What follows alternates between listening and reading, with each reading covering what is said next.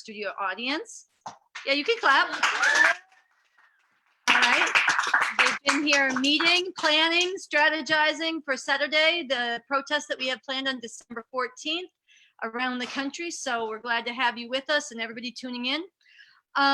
We got a bunch of stuff planned for this week's webinar, and I'll tell you about it. But first, I want to take a moment for people new and old to restate what is the purpose of this movement, Refuse Fascism and the OutNow movement. Look, we face a very serious and dangerous situation. We're living in a very heavy time in human history. There is a fascist regime.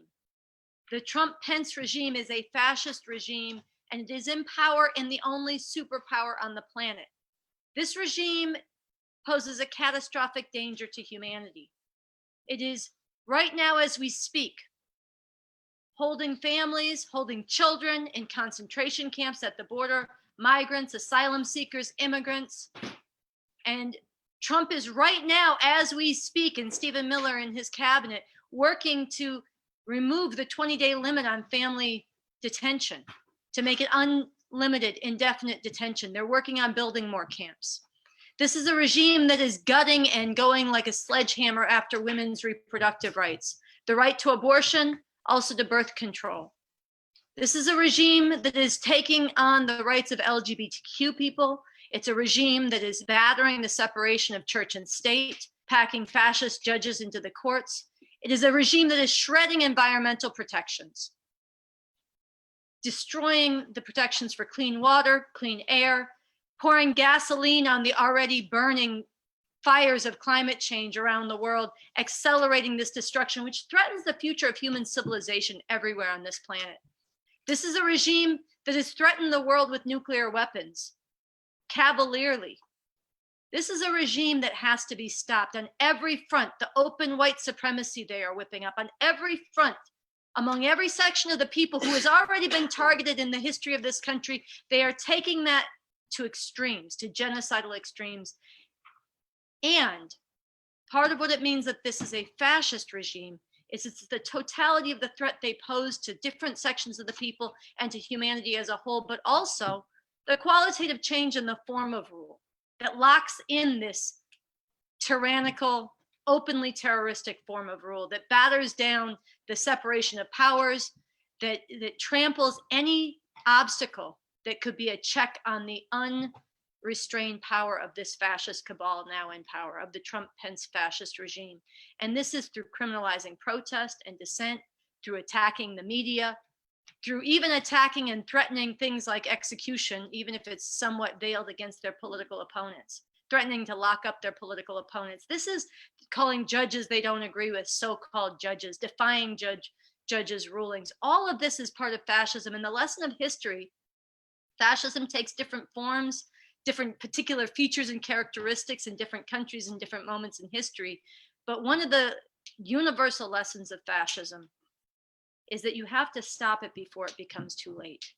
The longer you wait, the more it advances, the more difficult it is. And both because the rights are stripped away and people are terrorized, and because the accommodation, the normalization, and the conciliation of the population grows. And that's what we're facing in this country. So this is the problem that Refuse Fascism came together to solve. People of diverse political perspectives who recognize this danger. And the solution that we have proposed and now have launched a campaign, the OutNow, Trump-Pence OutNow campaign around, is a very simple solution. It's a very simple solution, but it is very necessary. And it is to bring the people of this country who hate and fear this whole direction into the streets, not for a one-off, one-time protest to get it off our chest that we don't like this and then go feel a little better like we did something as we allow this to barrel ahead. But to come out day after day, maybe it starts week after week, but increasing day after day and ultimately night after night in such numbers, hundreds of thousands and ultimately millions, that we create the kind of political crisis that compels the removal of this regime. And this is a simple strategy. We see it happening all over the world. People who have taken to the streets and driven out hated regimes through their tenacious, relentless, determined resistance. And this is what we're fighting to launch here in this country, because the stakes really are bigger than even what happens to people in this country. They are stakes for all of humanity. So this is the struggle that we are in the middle of. Obviously, we haven't mobilized hundreds of thousands or millions yet, but that's what we're fighting to do. And we're doing it at a very dangerous time when fascism is escalating, when the normalization is escalating, where the accommodation is escalating. And people can all observe this. Everybody knows that when Trump was first elected, we had much more massive protests than you see now, even though this program of fascism has advanced much further. So this is something we're going to talk about. Tonight, we're going to get into this in a number of different ways, where we're at in this struggle, what we're up against, and what we're doing to turn it around, and some questions that we want to work on with everybody tuned in the chapters around the country, people in viewing parties, people who are watching on their own. Maybe you just found this on Facebook Live from a friend. Stay with it tonight, because we are given the responsibility as people living in this country to stop this fascist nightmare. And I will promise you this, refusefascism.org is the only organization that has the analysis of what we're facing and a strategy that can unite all the different kinds of people that need to come together to stop this. So tune in, and we're going to get into this. So here's the parts we're going to get into tonight. Number one, as those of you who are part of this movement know, in October, we launched the OutNow movement, which is a simple demand, Trump Pence hashtag OutNow.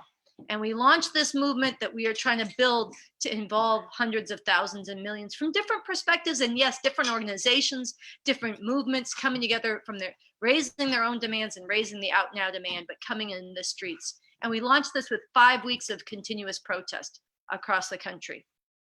And this was really important. And we put this demand on the map. We brought out hundreds of people across the country week after week. We modeled in an embryonic form the kind of sustained, repeated protest that it's going to need. And we established some momentum with this. Okay, so we began. It's very significant at a time when most people are learning to turn their heads, and very few people are aiming to bring forward the struggle from below necessary to remove this regime. We put this on the map, and it's very significant. At the same time, we have to reckon with, and we have written about this. Oh, shout out to the new homepage of refusefascism.org. If people haven't seen it, go to the website. It's a redesign. It's beautiful. It's a work in progress. There's more work to do, but it's very beautiful. It's a great advance. But on this website, we've written about this. That's why I'm mentioning it now. We've written about this, what we accomplished through the 5-week launch, but also what we ran up against, which is these protests didn't really grow in size. We didn't set off the kind of chain reaction, even on a smaller scale that we were fighting to establish to get a launch. And so we had mass meetings. I mean, it was important. They sustained, but we didn't get thousands of people. We stayed in the low hundreds, and in some places a dozen, which is significant as a beginning, but it's not enough, and we didn't get the growth we needed. So we had mass meetings around the country in a couple weeks ago. A little before Thanksgiving, we had mass meetings all over the country to strategize, to sum up, to figure out what we're up against. And one of the things that we came to grips with more deeply as a movement was really confronting, the level of advance of fascism and how much people are in denial about this. The people, I'm talking here not about the Trump people, but about the people who don't like the Trump-Pence program, how much denial there is, and also how much accommodation. How much turning away, how much people have learned to turn their backs on the children in the concentration camps and learn to go about their daily lives and ignore this. And what we came up with was a program of December disruptions to disrupt the advance of fascism and call out protest against it, but also to disrupt the normalization and the complicity of those who say they are against this and actually don't want to see this go down. So we developed a whole month of December disruptions. And we began to carry this out, and I'm going to try to abridge this a little bit, but our first segment tonight is going to talk some about these December disruptions, what we've learned, what we've established, some of the experience. So we're going to have a guest from the New York chapter come up and talk with me a little bit about that, and we'll share that with you guys. That'll be our first segment. Second segment, and I'll say a little bit more to introduce that in a second. Second segment, we're going to talk about what's the biggest thing happening right now in the halls of power, the big struggle. What's going on? Impeachment. All right, people are paying attention. They're a little quiet in the studio here, but they're paying attention. Impeachment. Okay, impeachment is happening. This is it's a very big deal. As people may know, This has only happened 4 times. That impeachment has been a very, it's not that 4 times there's been an impeachment in the history of this country, but 4 times in the history of this country that it's even been raised, and there's been impeachment hearings and a process that could have led to impeachment, which is not the same as removal of the president. But we're going to talk about Trump now is facing articles of impeachment. And this is being debated right now tonight in Congress, the final markups on these impeachment articles. So we're going to talk about, what does this mean? And what does it not mean? And what should we learn from the Trump-Pence response? Have they cooperated? Are they conciliating? Are they defensive? Oh no, we'll be better. Or no, they've doubled down with their fascism. And what is required of us? Is impeachment enough? And why is it not enough? What it is and what it's not, and what the responsibility of the people are. So we're going to have Andy Z, who is a co-initiator of Refuse Fascism, a leader in this movement, and a spokesperson for Revolution Books here in New York and nationally, come and talk about this impeachment moment. And I want to preview this now to tell everybody listening at home and in the audience here and on Facebook Live, on Zoom, to write in your questions about this impeachment. What do you think is going on? What are your questions about it? How do you think we should relate? There's big protests called by other organizations for the evening before the impeachment vote. How should we relate to that as this OutNow movement? And also, what's the importance of the December 14th protest this Saturday in relation to all of this? So write in your questions about impeachment, about Trump's response, about the articles, about whatever you want to know about this. And we'll be sifting through that as we do our first segment.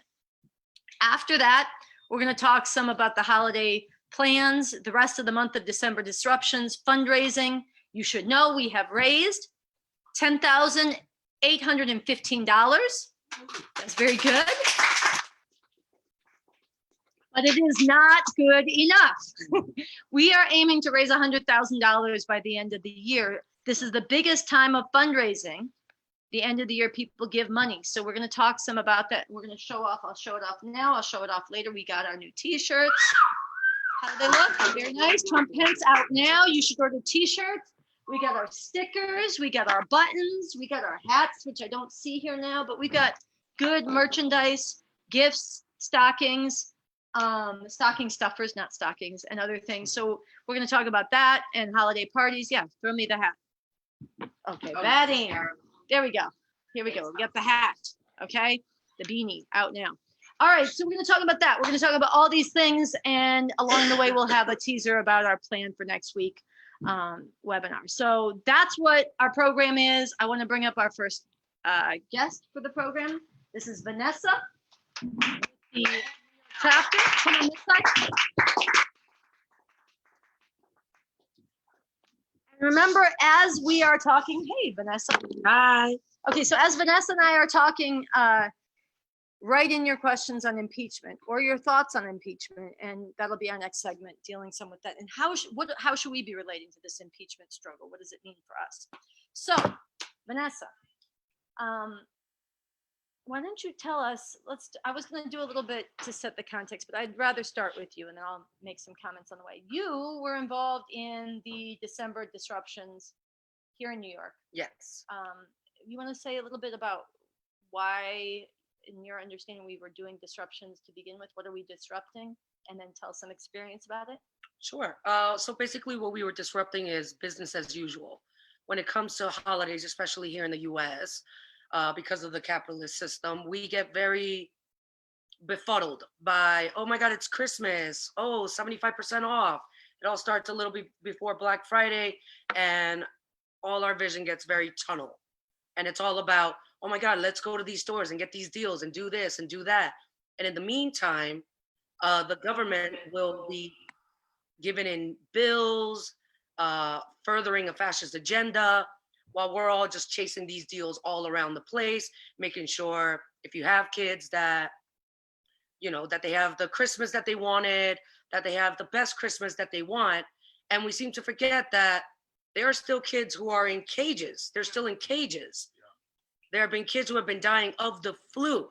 There are doctors who have gone down as recently as in the past couple of days down to the border and were offering to inoculate against the flu virus for the migrant children that were being held and some will say detention, but they're concentration camps because they're dying. And they said, hey, we can treat all these kids, as many as 300, in under half an hour. Well, Border Patrol refused to allow them entry. Hours later, when the doctor still refused to leave, the agents and whatever military was there arrested these doctors. So while we're off shopping, trying to get all these best deals and trying to give our children, our families, the best possible Christmas that they can have, there are kids who are literally dying of hunger, thirst, of preventable diseases. Not in third world countries, right here in the US. They came here because we as Americans, we promised them, if you work hard enough, you can be anything you can be. You can have it all. But that's not true because they can't even get in. We're their city of gold, but you're just not American enough, whatever that might mean. So we're fighting for a sustained protest and to bring out millions ultimately into the streets. And when I say ultimately, it's not like eventually we want to get there. We're fighting for this at the soonest possible time because, like you're saying, every day that this regime is in power, real human damage is being done. And fascism is consolidating. And the normalization is consolidating. So I wanted to mention that we did trainings, a day of trainings, which was, I'll let you tell what that was, but it was last Saturday on mass transit protests. And it was part of continuing the sustained protests. So last Saturday we did those protests, and you'll talk about them in a second. And this Saturday we're doing protests across the city across the country. And we want to talk some about the lessons of December disruptions last weekend, the training days. And you went to Hershey last night where Trump had his rally, and we're going to talk about that too. But part of the point is to share these lessons and the experience because we've got to turn more people out. Absolutely. For this Saturday. And then we're going forward. We're going to announce and we're going to work on some plans for January. We're not going to relent. The point is not, we're going to see if this works, if we can get people. And if we do, that's great. And if we don't, we tried. If we don't get the people, and we haven't yet gotten the people, we've got some people, then we're going to go and fight with those people to join us, who ought to know better and who actually don't want to see this fascist world, but are accommodating to it. So I wanted to situate this with a big emphasis. And as we have the rest of our conversation, I want everybody to be listening and thinking about this in relationship to actually bringing people out and fighting to get everybody we can in the streets this Saturday in even greater numbers, because we need to carry this forward. So why don't you tell a little bit about the disruptions on the train? Oh, you got it. All right. So last Saturday, December 7th, we, the New York City chapter, decided that we needed to disrupt business as usual. Everybody's all in their consumerist comas. They're going shopping. They're going to work. I get it. We live in New York. It's hectic. It's expensive. We got more than one job. We got to go. We got to fit in shopping deals, make sure that kids get to school, make sure that we get places on time, have to deal with how messed up the MTA is. Not even going to get started on that. But so we decided that we needed to step into a more public sphere where more of the public would see us, not just being situated on one area or even just like staying in one area, having a rally, then going to another area that might only affect a certain amount of people. We decided to use basically the most famous mode of transportation here in New York City, which is the subway, which millions of people take every day. Whether you're a commuter from outside of New York City, whether you're from the Bronx and you're going into Manhattan, whether you're from Brooklyn coming into Manhattan, we made sure to hit up maybe not as many trains, but at least as many people. So basically we started off at Herald Square. The whole point was to be their major commercial consumerist area where there's a ton of New Yorkers, a ton of tourists, all shopping. We wanted to say, wake up, hello, while you guys are shopping, kids are dying in cages. People are still being detained. There are people being corralled and penned in like animals, being denied basic human rights, no water, no medical attention, and all that. So the action But was, you were also calling on people to step out. It wasn't like you that's just right. saying, while you're doing this, something Right, bad's right, happening. right. You got to join and do something about it. We were calling on regular people like, hey, you might think this might not affect you, or you might be like, oh my God, that's so horrible. And then just go about your day. And it's just like, no, this is serious. Because if you think it doesn't affect you, eventually it will in some way or another. And we have to get out of that mindset that, oh, I won't act unless it affects me. So let me ask you something, because I was with you. Mhm. Full disclosure, we did this together, but you were leading this with a crew from the New York chapter. That when you get on the trains in New York, and I think this is common everywhere, it's look, people have like a, I'm going to ignore you. And they're annoyed, some of them, that somebody's disrupting their space in general, regardless of what you're bringing. But then that combined with a lot of people, we've had a lot of people who at first are kind of like, oh, we know this is no good. I'm already, why are you giving me a hard time? I hate Trump. And actually, I saw people, I want to also, for people who maybe, this wasn't just a few people who went and flyered. This was a rowdy crew of 20 or so. We actually needed to get like 50 or 60 or 80 or 100 people to do this, a mass protest. And one thing that we found, that was what we were originally calling for. One thing that we were very honest about this, we put this on our website, that almost across the country, even though we made these plans for mass protest on mass transit, almost everywhere, our organizers sort of turned this into a plan for mass flyering. And flyering, handing out flyers, as opposed to going and disrupting the space that people are in and their thinking. And we summed up that people in our chapters are much more willing to go and take on the fascists, which is very important, than they are to go and take on the complicity of those who are not fascist. And there's less comfort doing that. And the first is very important. We have to take on the fascists. But if we don't start challenging those who are learning to be complicit, we're going to be a lonely little group taking on the fascists, and that's not going to stop them. And so we have to actually get out. And we did discover that almost across the board, people plan these, they didn't actually carry through with the disrupting, the normalization, disrupting the collaboration. And this got turned around here and in several other places on the day of, because we had this a big focus of last week's webinar, and I think it had effect. People went out, and I noticed there were a number of people when we first got on the train cars, and it was rowdy, a bunch of people, signs and stickers and chanting and singing and making a big spectacle and getting in people's faces, that at first people were, even people who were like anti-Trump were like, oh, I know, leave me alone. But actually, at one point, I remember you leading a whole agitation and saying, you might find this annoying, but here's why, there's things that are more annoying, and you're putting it in perspective and struggling with people. And I guess maybe we don't have that much more time, but maybe you could tell a little bit about the experience of trying, not just both, yes, we were in people's spaces, but also getting under their skin in their thinking, and what you were trying to work on, and what lessons there might be in that.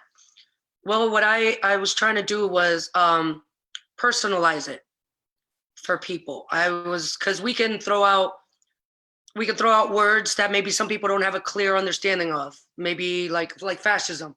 Some people are like, oh, well, it's not like Hitler or Mussolini, and it's just like, oh, okay.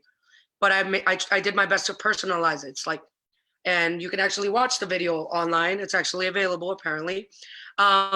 So I basically put up a lot of points that are points of contention and battleground issues here in New York City, like racial profiling, police brutality, struggles of immigrants.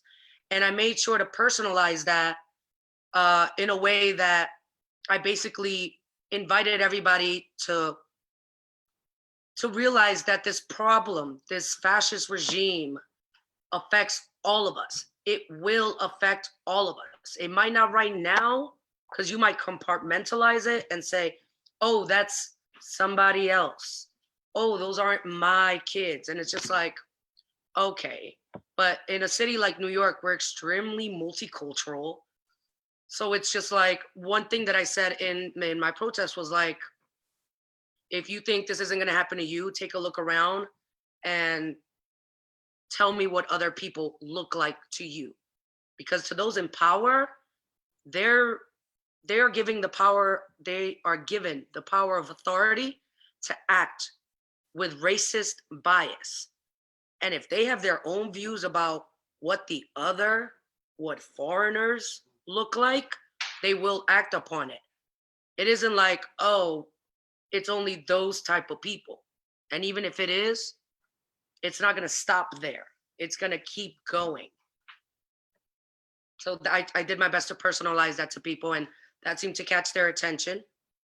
And well, basically, that was one of the major points. It was just like, we're not just throwing out voices. We're not another whole bunch of rowdy people in New York being loud on the subway. Like, pay attention. This is about all of us, humanity, not just New York, not just America, humanity. Whatever you consider your people, your groups, we're all under the same thing. We're one planet. We're one race. Don't get me started on that. We're all human beings. Yeah. Period. The end. Humanity first. That's it. Yeah. And this I'll say, and then I want to move. Oh, actually, we have a musical interlude. I'm giving you guys a warning. And Idina, maybe you want to come up. A couple people, Idina, Luna, come up front, and Emma, come up front and help lead this, please. Come on, don't hesitate. Don't That's hesitate. all right. Be an alto or a tenor. So right here, we'll get you. Just wait 1 second. So through all of this, there was a lot of, then you have to act, and December 14th, you have to be in the streets. It's not an abstract thing. There is a movement struggling to break out. There are people taking responsibility. Think about Nazi Germany. If there had been people taking responsibility to call others forward. Here we are in America 2019, and there's a movement that is taking responsibility to call people into the streets, and we've begun, and we're struggling to grow, and you have a choice to make. Are you gonna be there strengthening this, or are you gonna stand aside? At different points when we were doing this, some of the other people agitating said, look, you're either part of the problem or part of the solution. You might think you're not picking a side, but if you stay at home while this is going on, you are picking a side. You are letting fascism be strengthened. And we try to it's not enough to be opposed to this in your heart. It's not enough to hope something happens or to wait it out. You have to act. And this weekend, there's a chance to do it, December 14th. And then we will be going forward from there. So this got coupled together. And then there was a song. Okay, you guys come stand together. I'm gonna stand. We're gonna get Well, don't rush 3 the of you stage. on the stage and everybody else sing along from the audience. Okay, Okay. right here, I'm gonna turn the camera. Right here, Okay. right here, you 3. Okay. And they sang this song. Come on, here we go. Okay. Went and caroled. And this is written by people in Cleveland, but go for it. Okay. People of all colors, marching side by side. Nothing will deter us, keeping hope alive. No fear won't stop us. This one thing I know, humanity first, we won't disperse. Singing up and Pence must go. Oh, jingle bells, what the hell? Look around and see. Kids in cages, climate change, and police brutality. Oh, jingle bells, all's not well. We must take a stand. Trump and Pence out now. This is our demand. Families are broken. Their children took away. For them there will be no happy holiday. No Santa on his reindeer. No Savior save the day. Can't wait till 2020. Drive Trump and Pence away. Oh, jingle bells, what the hell? Look around and see. Kids in cages, climate change, and police brutality. Oh, jingle bells, all's not well. We must take a stand. Trump and Pence out now. This is our demand. Woo! Okay, thank you. So the lyrics are on the refusefascism.org website. People should use it, raise money with it. And then you went with a crew to Hershey. And so go for it. Tell Right. us So about that. yesterday, Trump was having a huge rally in Hershey, Pennsylvania, at the Giant Center. Hershey, Pennsylvania. There we go. So we at the New York City chapter, we decided, and also Refuse Fascism, Cleveland, Ohio was also there for support, as well as other groups. Philadelphia refused fascism too. Right. Yeah. Refuse Fascism Philly was also there too. And so we went there all to just be the counter protest because the media doesn't cover the counter protest. And so we decided to go there, show our support, and just basically send the message, humanity first. We don't care that there are 10,000 people in Giant Center. They don't speak for the rest of America. The rest of America, there's a whole bunch of us that do not agree with that fascist agenda, and we will be there to show it. And we felt it was important for us to go there. So that way, not only the people who live in these areas where they're surrounded by MAGA fanatics, that, hey, you're not alone. We will stand with you. We will fight with you.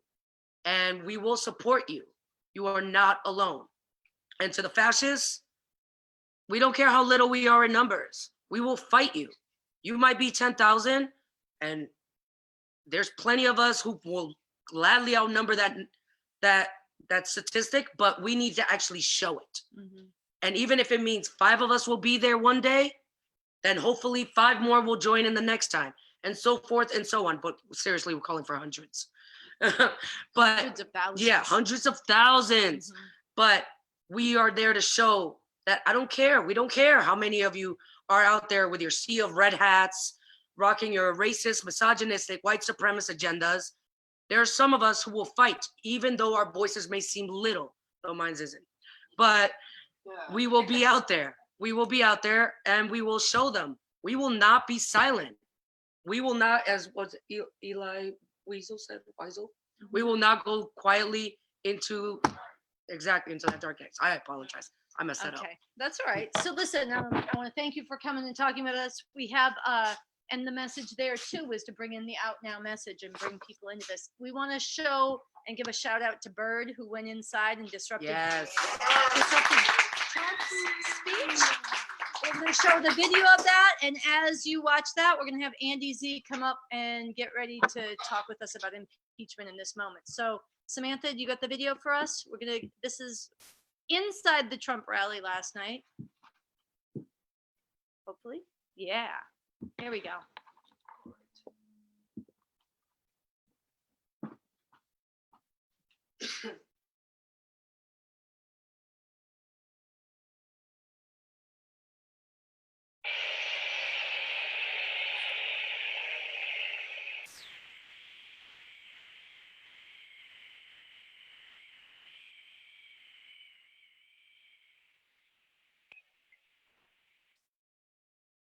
Get her out.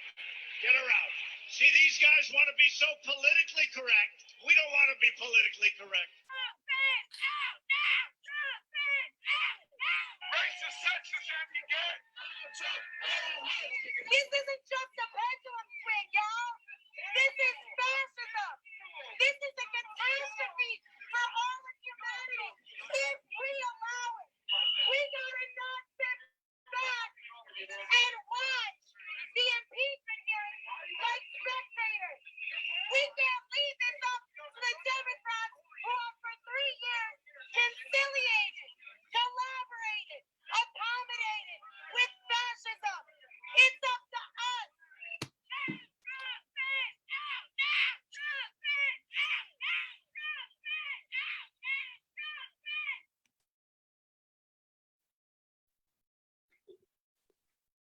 Okay, so once again, shout out to everybody from every organization and no organizations who went and protested Trump in Hershey, Pennsylvania last night in his fascist rally. And a special shout out to Bird, who went inside and disrupted Trump and was threatened by Trump, which was a fascist threat. He mocked the security guards for not brutalizing her. This is a serious matter. And so we give her our love, and many more people need to stand up and join us. This is Andy Z, co-initiator of Refuse Fascism and spokesperson for Revolution Books. And he's going to talk a little bit about the moment and the impeachment, and take it away. Okay. All right. So how y'all doing? All right. So, okay.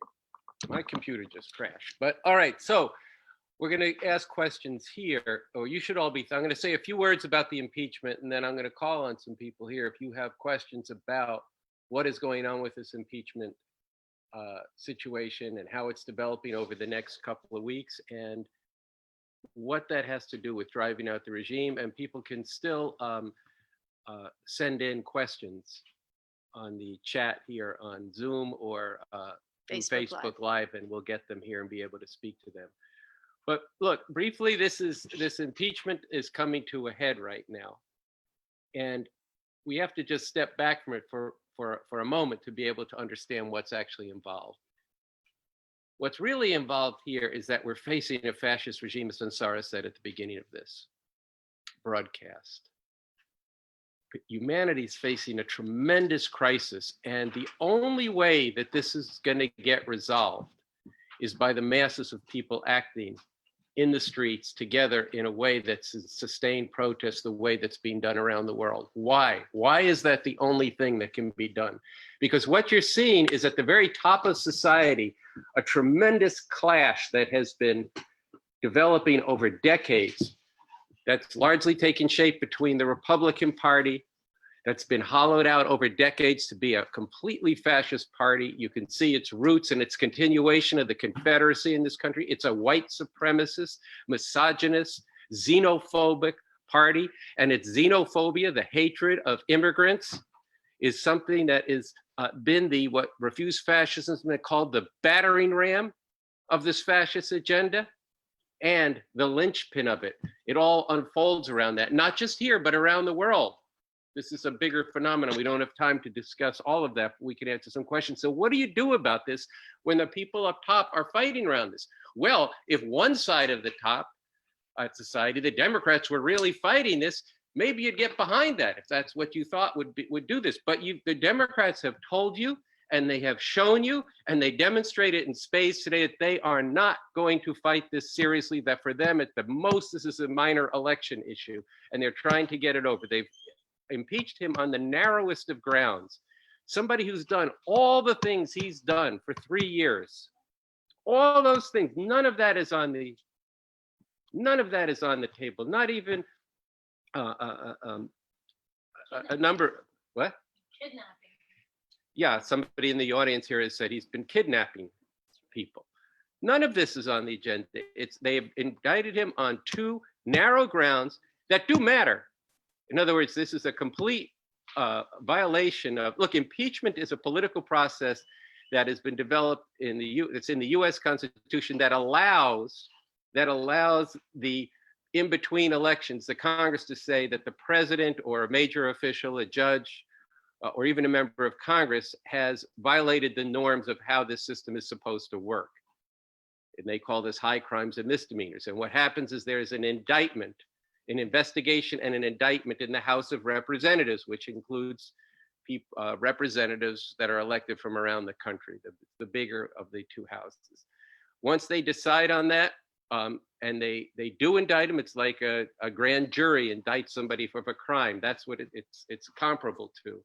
This is going to be decided tomorrow in a committee, and then it's going to be voted on next week.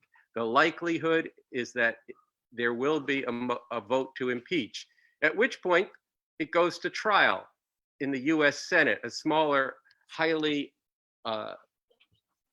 fascist body, which is that it's constructed by representatives largely of the rural areas and the South, giving disproportionate to people in the South. And so that you have a situation that we're headed toward where 70% of the people are going to be ruled by representatives representing 30% of the people.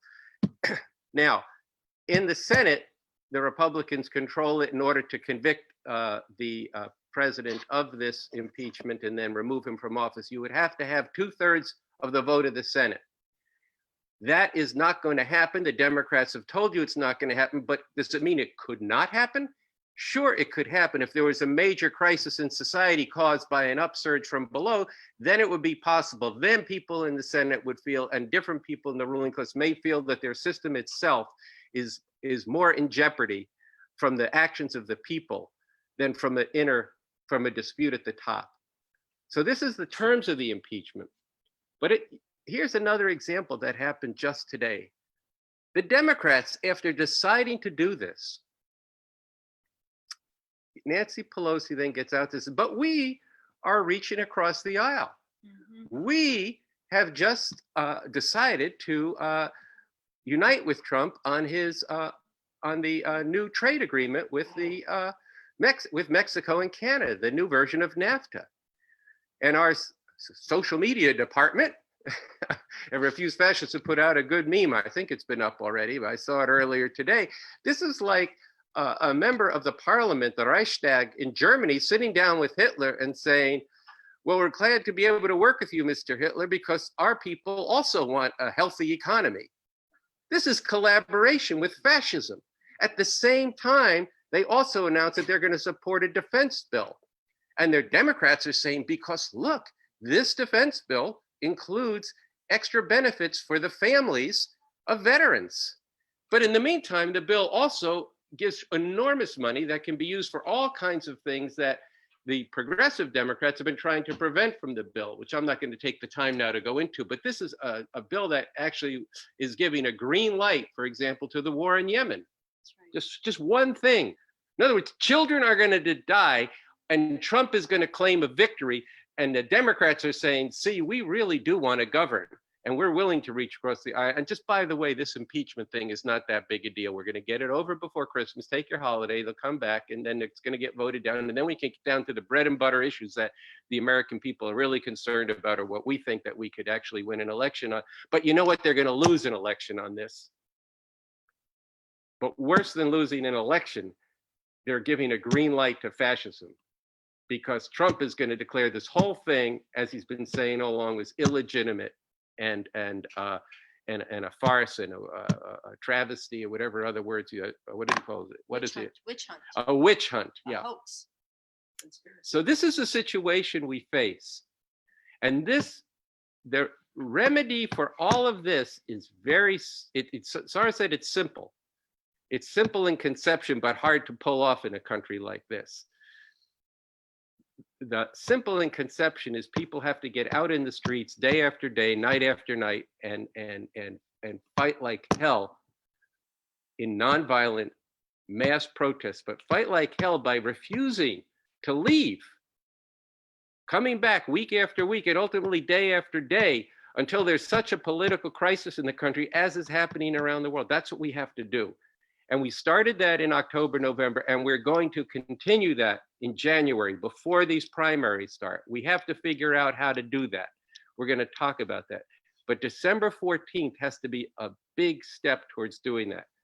And a big step, not so much in that we're going to have tens of thousands out on Saturday. I mean, it'd be good if it happened, but I don't think we're on track for that right now.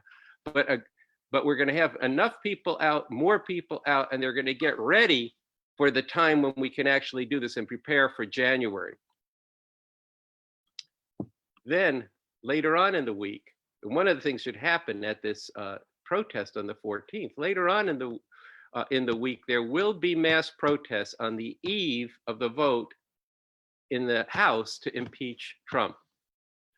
These demonstrations, this vote is likely to be either the 19th or the 20th, which would mean the protest would either be on the 15th, on the 18th or the 19th, and possibly could be as early as the 17th.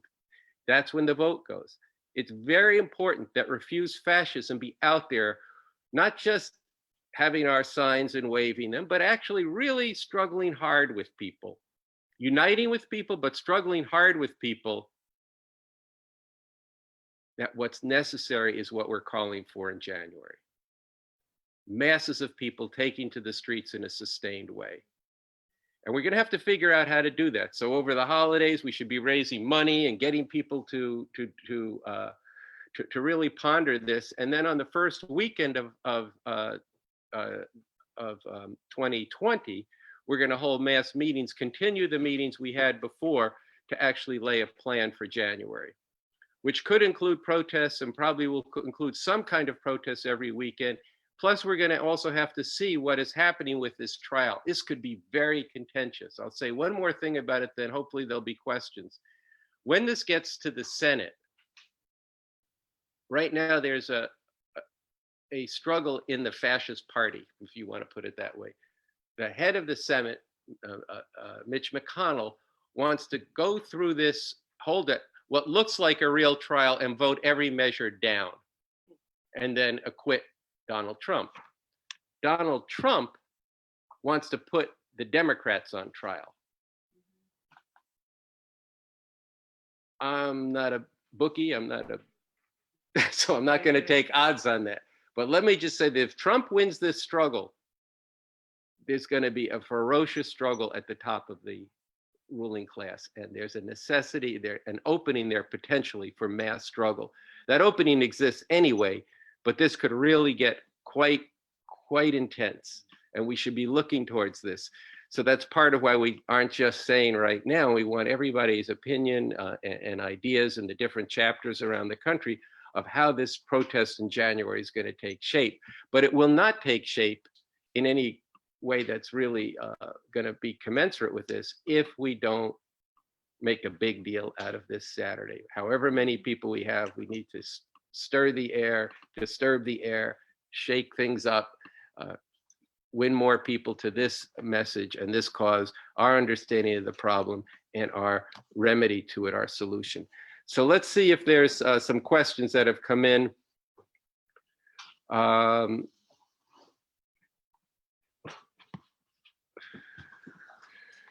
Well, not so far right on the impeachment. What about here? Do people have any questions about this and how it relates to, yeah. Well, I have a general question about protesting. Is there a blueprint for how they managed to do it in these other places? I mean, is Right. it something we don't know that, or do we have contacts with people from those countries and how it happened? You know, how the public got that involved? The question was, is there a blueprint? Right. Is there a blueprint for the protests that have taken around the country?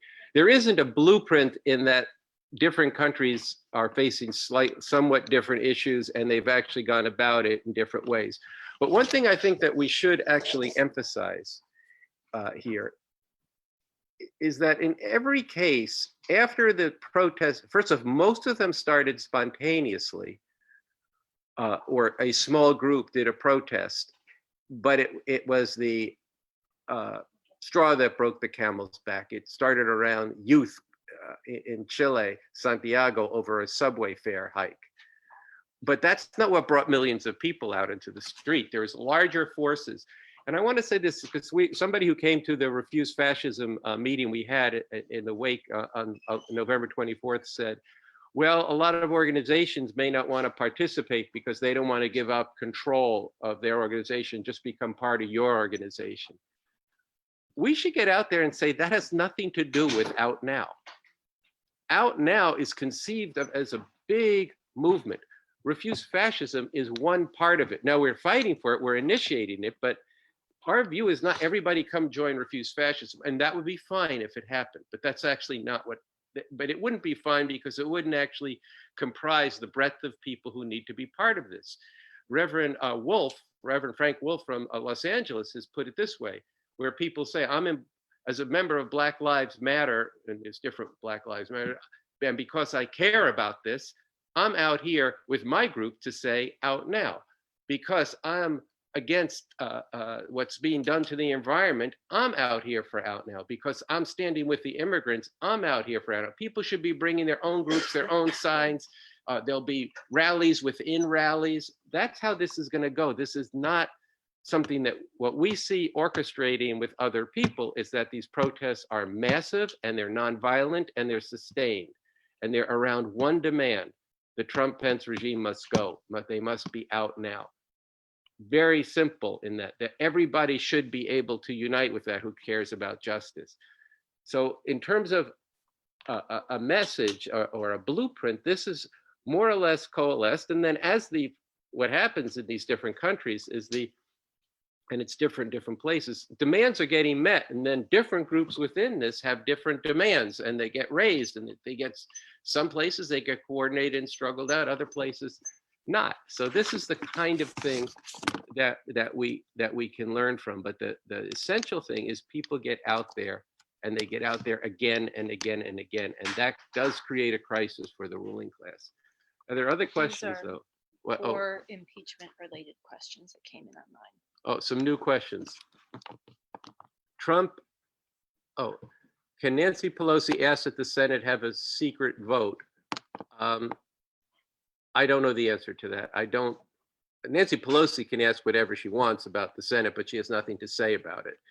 Whether or not that's something Mitch McConnell would do in the Senate, I don't actually know. I would imagine that that would not be so possible, especially in this day and age, but I don't think it's what they want to happen. Second question is, Trump just doubles down. He won't allow witnesses from his administration to testify in the Senate. The Republicans are owned by Putin. So scary, we need a lot of media coverage. Trump does double down. And yes, he's not allowing witnesses. He's not allowing any evidence. He's not turning over any documents. What should that tell you? It tells you it's actually one of the articles of impeachment. It's the second article of impeachment, actually. The fact is that the House of Representatives, under the norms of how the Constitution is written and interpreted. See, it's not just written. It's a very simple clause in the Constitution, so it's open to interpretation. And that's why high crimes and misdemeanors don't have to be actual crimes. But what the point here is that in his not allowing his administration to give any documents or have anybody testify who actually was there and can testify to the actual evidence, he's saying, I decide when I have done something illegal. And it's my decision that not only haven't I done anything illegal, but what I've done has been perfect. And I should be able to continue doing perfect things in my own interest, and F you, anybody who says no. So that's the point there. In terms of the Republicans, they're not owned by Putin.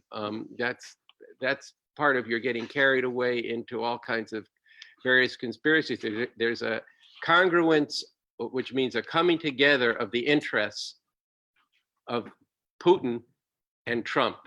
That's a bigger political discussion of why those interests come together at this time. It has to do with a lot of contention over who's gonna dominate the world economy and military, and the relations between Europe and Russia and NATO and the US and other countries, and a lot having to do with alliances against China.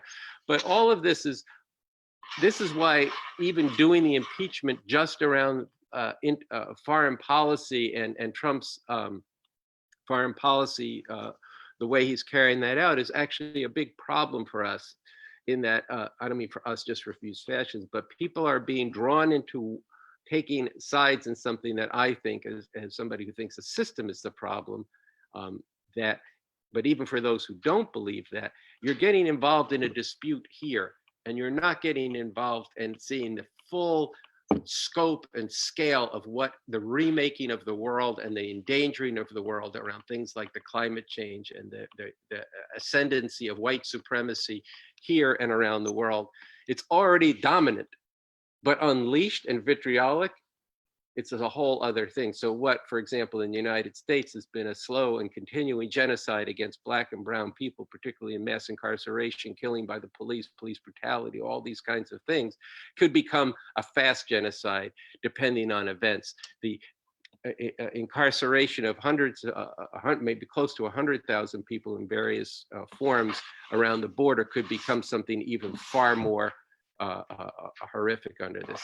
Can I want to ask a question, which is, I will pose this. I'm observing the questions that came in, and I think we run into this a lot when we start to talk about impeachment. The next question is, I believe that Americans have a hard time understanding this process, and the easiest way for people to understand this is to go with the solid evidence that's understandable. And what I draw from this is there's a lot of debate. Oh, are the Democrats smart to narrow the impeachment just to the Ukraine? Because this makes sense. They're able to make us tell a story that the American public can understand and then follow along, and maybe they can win their case. You can speak to that if you want, but the main thing in all these questions, can Pelosi ask for a secret vote? Can we get McConnell to be removed from chair of the Senate? Is a lot about can we influence the way that they are doing impeachment? And I guess to me, there's a question that maybe we should talk through about, is our job to advise or cajole them to do it better? Or is there something different that we need to do? Do you get what I'm saying? I think it comes up all the time. I found it over and over again. When I talk about what I've posed, the Democrats are fighting on their interests, we need to fight on our interests. And it gets translated constantly into how do we give better advice to the Democrats? And so I'm throwing this to you. Yeah, well, look, I think that I think I'd answer it like this.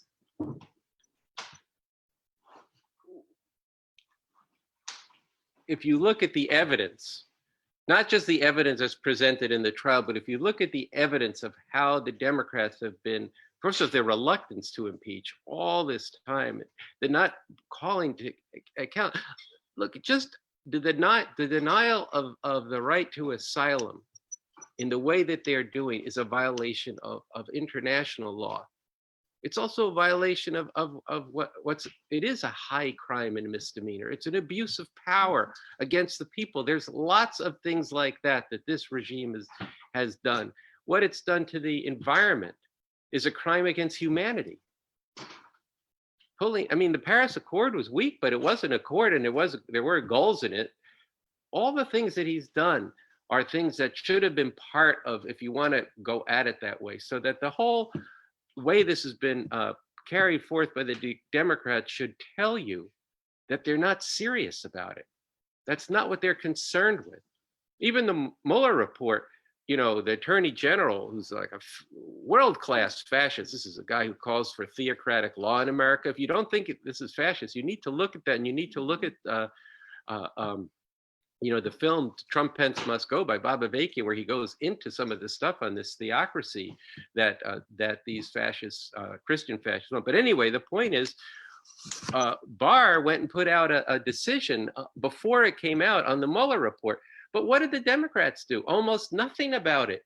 In fact, there was a struggle just 2 nights ago in Nancy Pelosi's office, reportedly, that some of the Democrats in Congress wanted to actually have an article of impeachment around that Mueller, the evidence of the Mueller report and the collusion with the Russians. But a lot of the others said, no, we don't want to touch that. And then they go and stage this insanity today of absolutely sitting down and giving Trump 3 victories in his policies. So they're telling you right now they're not going to prosecute this fully. So we do not need to try to give them advice. They don't want your advice, okay? They don't care what you think, except insofar as that you go into the voting booth and vote for them. And you'll see what they'll do with this election, like they do with every election. In fact, I was reading a Facebook post by a very famous and well-known, somebody I've met, playwright, director, actor, who said, "I'm really upset here because I think what's going to happen is," he's a Bernie supporter, they're going to trash Bernie, they're going to get rid of Elizabeth Warren, and I'm going to hold my nose and vote for whoever they nominate, and that's what I'm going to have to do, and that's what we're all going to have to do. So right there, he's already gets the script. He's been told that you're not going to actually get the kind of justice that this person stands for in his art and his work and in his heart. But he's got that realpolitik is all that's possible is what's already going on, and these people run the show. But what's crazy about all this is that all around the world, people have been showing you there's another way to go. It's not like it's a mystery. When we started this, people said, "Oh, how could you do that?" We were pointing back to Egypt 5 years ago, but now this is happening everywhere. I think it happened in India 2 days ago, the streets filled with people. This is not, but we've got to go shake up the American people and shake up the political organizations who do want to struggle, who themselves are putting everything into the election, and see that as the sole way to redress this. I've got to say, there's a long way between here and January 2021. And as we've posed before, if you will not get out into the streets now, what will you do if Trump is reelected, or if he loses by a small majority in the electoral college and claims that it was rigged?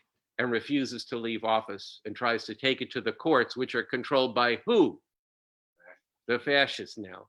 It's got a majority in the Supreme Court. Pretty ironclad. So you see that people are not paying attention to the actual stakes of this. So I think maybe we have time for one more question One from more. here.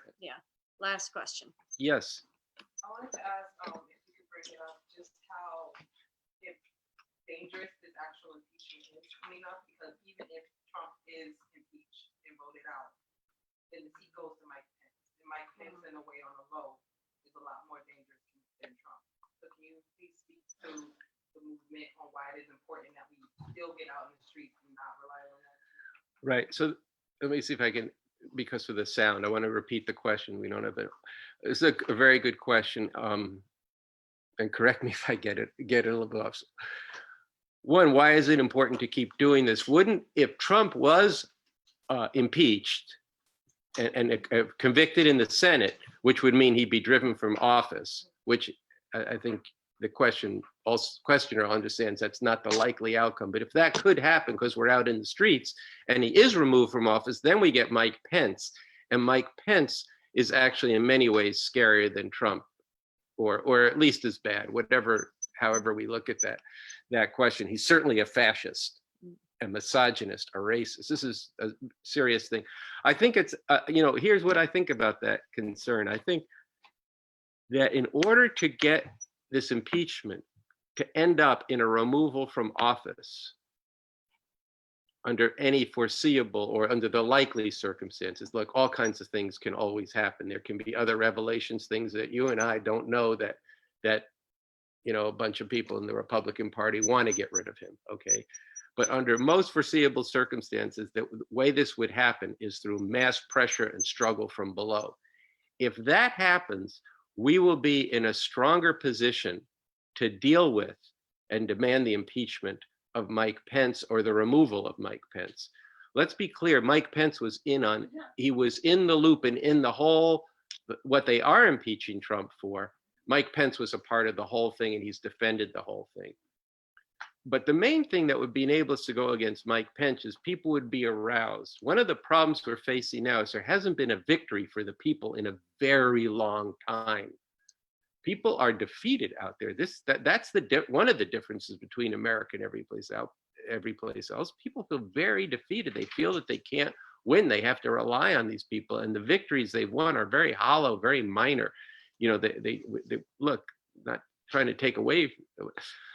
Let me not get diverted here, but I think that's the essential answer, is that not that it's one step at a time, but that you actually go. This is mainly going to come from a serious movement from below, which then you continue your demands. For example, in Hong Kong, they won their first demand several months ago. And they said, well, that's not enough. That's really not what we're going for. So we won all 5 demands. And then just last week, they said, you know what? We don't really want to be a part of China. And this is complicated because the US is in there on the side of the protesters. But this is the kind of thing we have to look at. The other thing about Mike Pence, I think this is a much more strategic Christian fascist. This is a very serious thing. But Mike Pence, while he'll have the backing of a lot of these fascists, he's about as inspiring as a rock. And he does not have the skill. Part of bringing in fascism is you need a demagogue like Trump, like Hitler, like Mussolini, like Duterte in the Philippines. You need somebody who's so outrageous, who's so willfully and blatantly lies and is just the epitome of bluster and entitlement, in a way that I think this is why the Republicans in part are sticking with him. It's not that he's the most brilliant strategist or theorist of Christian fascism or anything, but that he's so much able to break the rules, and they haven't broken enough of the rules. They haven't shattered the structures sufficiently enough yet, which is why we can meet here and call protests. That I think they do need him. If he goes down, we're going to actually be in a stronger situation. Now, if he goes down only because of machinations at the top, and everybody goes to sleep, that's where I would agree with you. You know, that's why I got so angry when last summer, I think it was Bill Maher said, "Well, I'll settle for Pence. Why don't they just put Pence in there?" Yeah. That kind of thinking is foolish, stupid, ignorant of what the actual situation is, and is exactly speaks to your point, which is if it came from just inaction at the top, it would not be good, because I agree with you. People are already asleep. They take a deep snooze at that one, and yet the danger would be every bit as great. So it's a very important question. I think I'm done here, and then now it's back to Sansara. We have to read this comment. Okay. Good point, Andy, about Pence. No. Okay, No, it was a good point. I'll send you a Christmas gift for that. That comment. So, yeah, but no, I do it's- want. yeah. I'm going to leave. This return to what this 14th has to be, Yeah. and that I just really do want to say to people in broadly and in Refuse Fascism, when we said that we were going to launch OutNow, look, this isn't a game, okay? Yeah. But we are playing to win. We're not just trying to be some kind of movement and get our own following. This is our movement, and this is by the people's movement, and this is SOS's movement. This is Indivisible. This is Move On. This is Bernie. This is AO's. I don't care about all that right now. I'm a revolutionary. I care about building movement for an actual revolution. But right now, we're trying to unite very broadly with people to drive out this regime, okay? And that's what has to happen. And everything else does not get put aside. It should just get joined. We should talk about all that. We should struggle over that. But we have to actually get together to be seeing illusions and delusions. So that's it for me.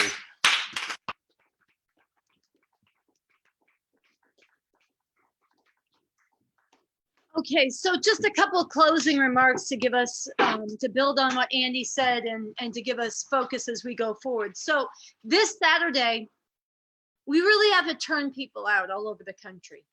Here in New York, out in LA, in Hawaii, in Cleveland, in Philadelphia, in Atlanta, in Detroit, in Chicago, all across the country. And if you're watching and I didn't mention your city, and go to our website, refusefascism.org. If you're not on the city, put yourself on the map, write to info@refusefascism. We need people in the streets. And the big take home, look, we're facing fascism.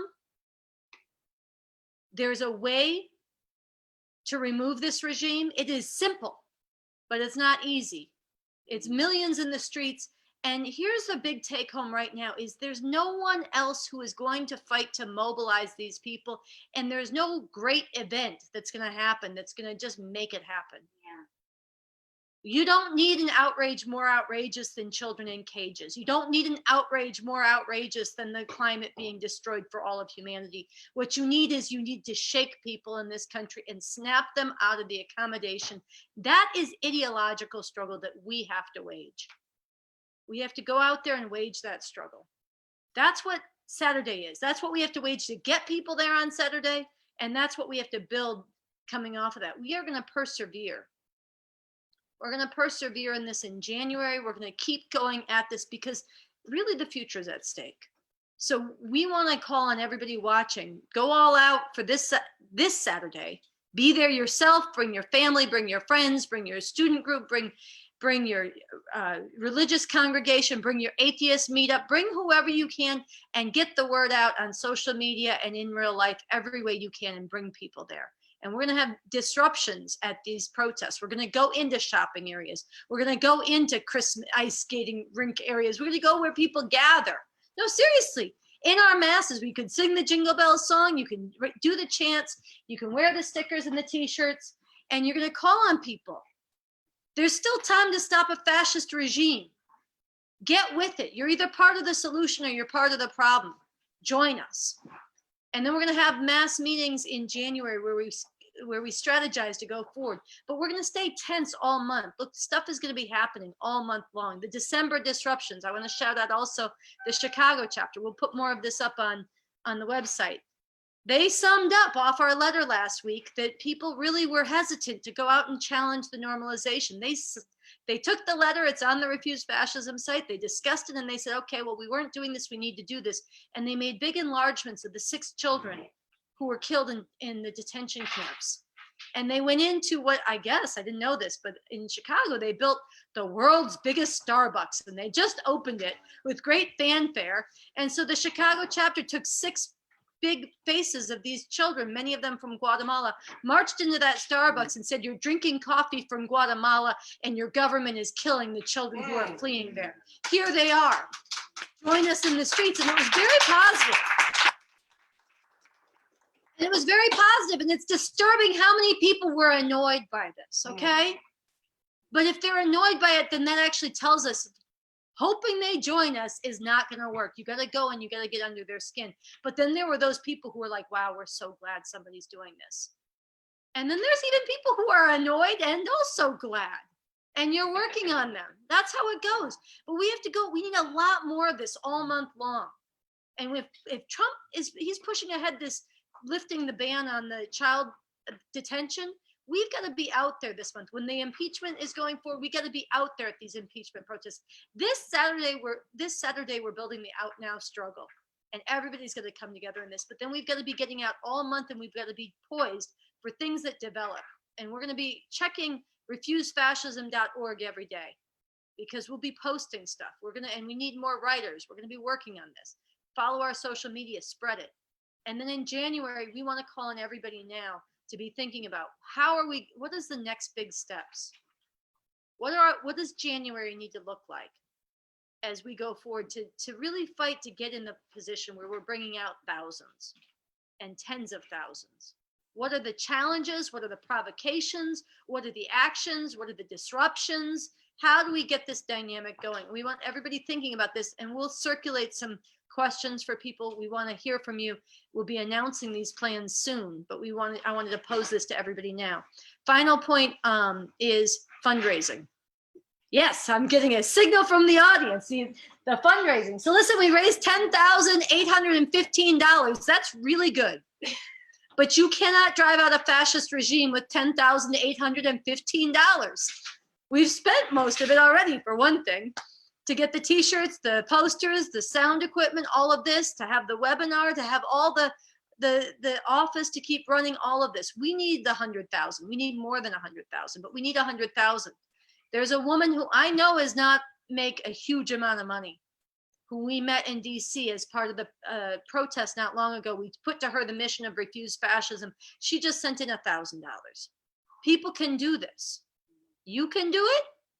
But also, you know, people who can do it, and we're meeting people who can do this. When we're going out with the disruptions, we are going into shopping areas. People are paying for all kinds of stuff. People, they can throw in their change, they can throw in their dollars. We also need to be meeting people who can give $500, $1,000, $10,000. We should be going to the theaters. We should be going to places where people, you know, they have their end of the year galas, they have fundraisers, all kinds of things like this. We need to hold our own fundraisers. But we also need to do high-end fundraising all the end of this month. This is when the majority of funds are given during the year. And we have to ask, we have to phone bank. This Saturday, all out into the streets. Sunday, phone banking all over the country. Call the people that are on your lists who have signed up. They gave you their number because they want you to call them. Okay? No, they don't give you their number if they don't want to hear from you. And if they say, I'm mad you called, you take them off your list and you call somebody else. But if they give you your number and you don't call them, we are being irresponsible, okay? We got to spend Sunday all over the country calling hundreds of people and asking them to donate. We need to raise high donations, and lots of donations from small donors. We need all of that. So this is something we collectively have to undertake, to ask for money and to raise this money. We need $100,000, and then we're in a position to do a lot more. It'd make a big difference if we could hire a bunch of student interns to go to go out on the campuses. It would make a big difference to have the funds that we need to scale up. So that's what I want to say. Phone banking this weekend, fundraising all through the end of the month. Our beautiful beanies, our beautiful t-shirts, the best Christmas present, stocking stuffer. You can order a bunch for everybody you know. There's time to get them delivered and give them as gifts. We've got the stickers, we got the buttons, we've got other things. We've got the No Shop online, and you can go to donate.refusefascism.org. So in the name of humanity. Webinar next week. Oh my God, thank you. See, I got my audience help. I threw away my script. don't totally throw away your script. Next week, we have a special treat, okay? Next week, Wednesday webinar, which if, depending on the impeachment vote, we may have to reschedule. It might be the night of mass protests. If it's the night of mass protests, we're going to be in the streets. We're not going to be doing a webinar. But stay tuned to refusefascism.org, and we will be promoting this. But next week, we're going to do a special webinar. It's going to be hosted by our LA chapter. We're going to throw them the ball. And we are going to do a screening of Bob Avakian's speech. The Trump-Pence regime must go. In the name of humanity, we refuse to accept a fascist America. A better world is possible. Bob Avakian is the leader of the Revolutionary Communist Party. He's the architect of a new communism. He's a revolutionary leader who spent his life dealing with how to end oppression.